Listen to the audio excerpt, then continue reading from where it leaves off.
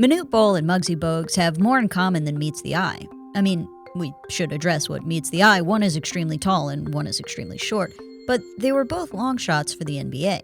Neither guy got back a high school career aptitude test that said future pro basketball player. Muggsy because he was short. Manute because he didn't take one of those tests or even go to school. But they did make it to the NBA, and in fact, in 1988, the tallest player in the league and the shortest player in the league found themselves on the same team, fighting to prove they were more than just a gimmick.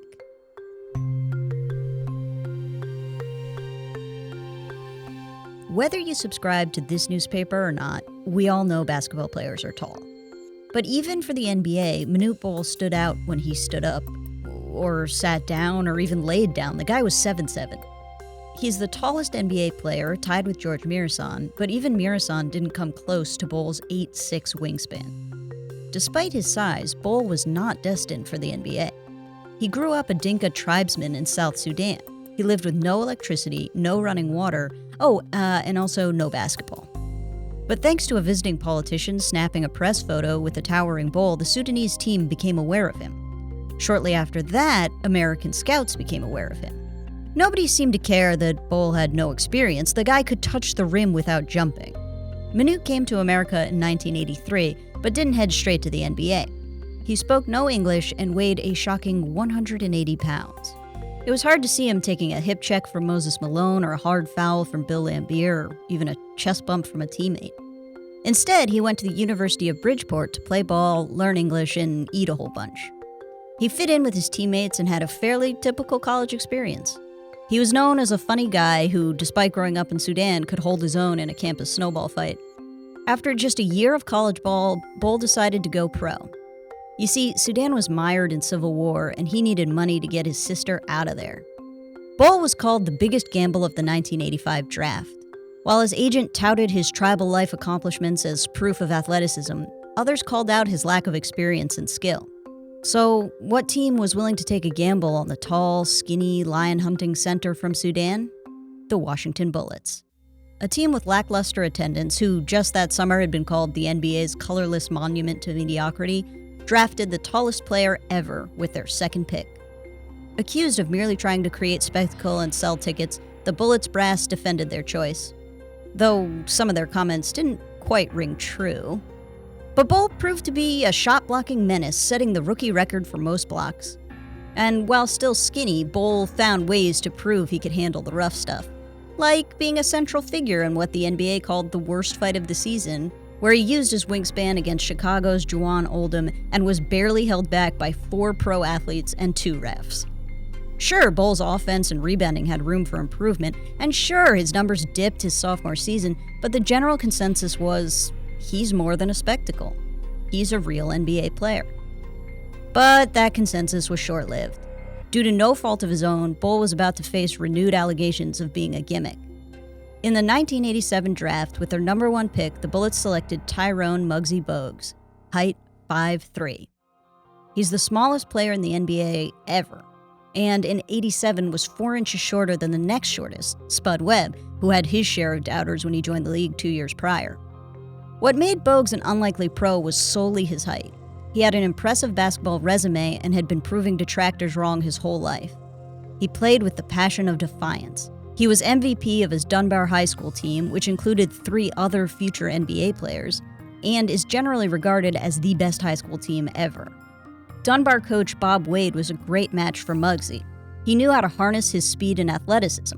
For example, Muggsy put on a full-court press on opposing point guards all the time. When he wasn't stealing the ball, he was putting on pressure and frazzling opponents. He was a pest, in a good way.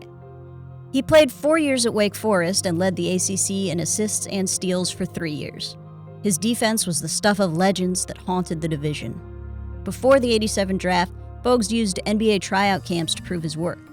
At the biggest pre-draft camp, he recorded a standing vertical of 44¼ inches, but the only measurement most people cared about was his height.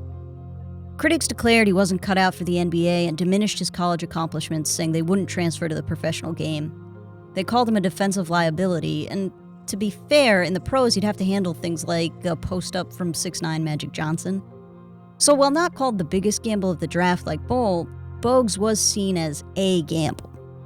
Don't worry, the Bullets, still struggling with attendance, loved to gamble. Perhaps it was an addiction. They used their first pick to draft Muggsy 12th overall before eventual Rookie of the Year point guard Mark Jackson. And suddenly, Washington had both the shortest player ever and the tallest player ever. It was hard not to call them a gimmick, mostly because people wanted to call them meaner things. But hey, at least they were going to sell some tickets. The Bullets defended the legitimacy of their pick, saying Bol and Bogues together would be great for a full-court press.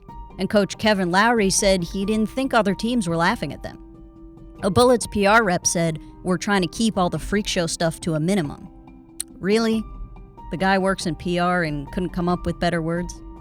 And I'm not so sure he was telling the truth, because Washington held a press conference in which Muggsy was introduced by the shortest senator in D.C., and then Bogues dunked for the crowd on a lowered hoop.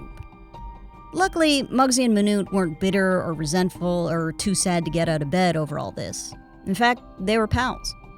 Manute even said he liked having Bogues around to take the press attention off him. They wrestled in elevators, picked each other up. That's right, Muggsy could lift Manute. And even played one-on-one after practice. During one of those games, Muggsy somehow blocked Manute, who then proceeded to chase him around the gym. They were physically unusual, sure, but they were still regular guys. Unfortunately, they both struggled on the court. Despite the Bullets knowing their starting point guard excelled in a fast break, they played slow, half-court basketball, which rendered Muggsy's speed moot. He said he felt like a robot and his confidence suffered, as did his game. In mid-November, he had a 3-game stretch where he didn't score a point, then snapped the streak with a 2-point game. He lost his starting spot in December, and the press concluded the Bullets wasted their draft pick. Without playing time, he had no chance of improving, and by the end of the season, Bogues' minutes were in single digits. Manute didn't fare much better. He had his worst season across the board. He played so poorly, people seemed to forget he had once proven himself.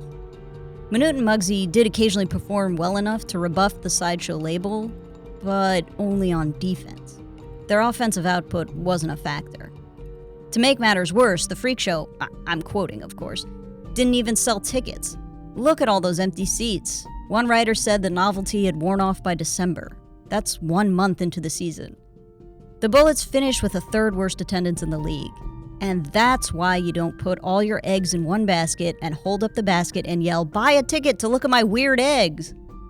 It was clear Muggsy and Manute were on their way out of Washington. The Bullets left Muggsy exposed in the expansion draft, and he was picked up by the brand new Charlotte Hornets. It took some time, but Bogues found success in North Carolina. The '93 season was Bogues and the Hornets' breakout season. They played the fast break, run-and-gun game Bogues thrived in. His offense improved from his time in Washington, and he led the league in assist-to-turnover ratio. Oh, and he made crowd-pleasing, head-turning, physics-defying plays like blocking Patrick Ewing, an all-star who's a 1.5 feet taller than him. With Alonzo Mourning and Larry Johnson to receive his assists, the Hornets were an exciting team on the rise. Their popularity belied their recent expansion status. Charlotte made it to the second round of the playoffs in '93, and it was Muggsy who led the show. Off-court, Bogues landed tons of endorsement deals. Whether he was acting as small business incarnate for an AT&T commercial. So what if you're not the biggest business in the game? Get the ball? You still succeed because you called the shots. Or declaring height is nothing, thirst is everything for Sprite. Height is nothing, thirst is everything. Obey your thirst. His accomplishments, in spite of his height, was a very marketable angle.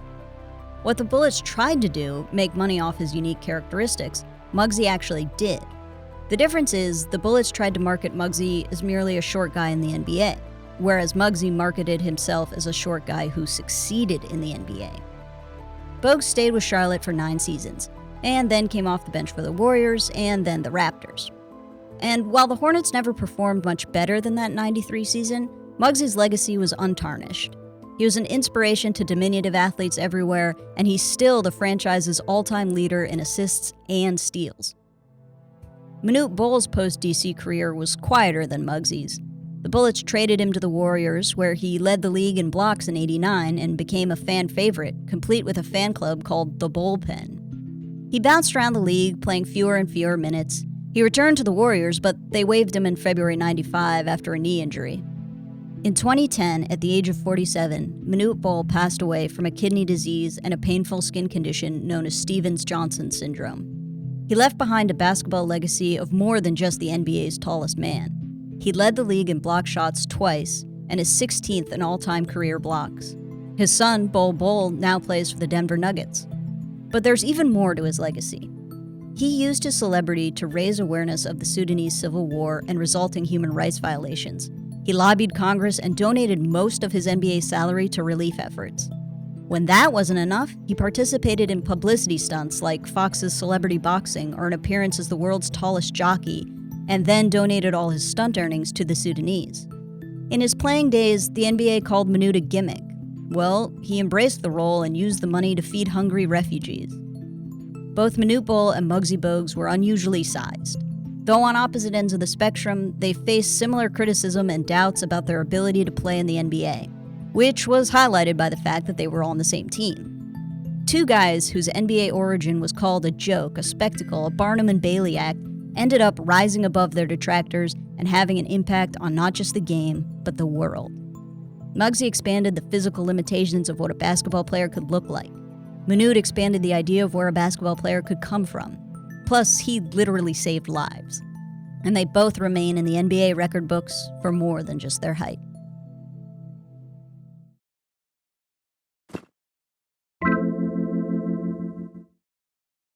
Thanks for watching, folks. Want to watch some more stuff? Check out Overlap Episode 1. Or, if, like me, you're a DC b-ball fan, check out this rewinder. Hit that subscribe button to get alerts for new videos. For Secret Base, I'm Clara Morris. Good night and good game.